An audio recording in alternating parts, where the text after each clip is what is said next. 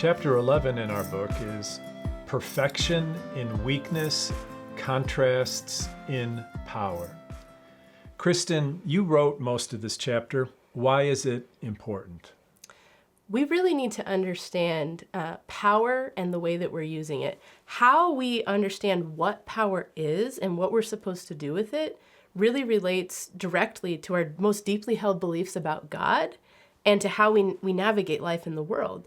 Because, you don't have to be a politician or be a person with lots of money to be a person with power. Mm-hmm. We still have power. Yes. I think a lot of us have been shocked by these abuse scandals in the church and in Christian ministries.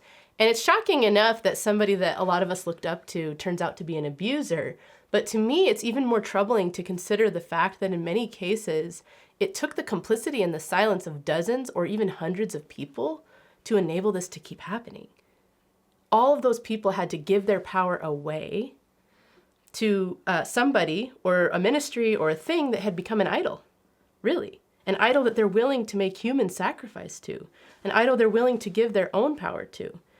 And I think we need to understand how the power that Jesus has, which is not worldly power, it is not political power, it is not monetary power, liberates us from that. I think a lot of times, we tend to think that if only we had the right people, right? If we had the power, we could make it better.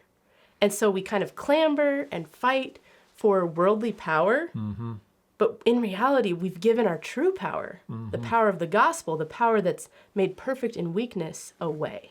Yes. The power of the cross subverts worldly power, doesn't it? I mean, it's just a totally different way of thinking about power. I mean, Jesus said, consider the Gentiles, that they lord it over them and their great ones exercise authority over them. That's how things got done in the Roman Empire. But then Jesus says, but it shall not be so among you. Coercive power, according to what Jesus is saying, it seems to be like inappropriate to the Christian community, to those who follow Jesus.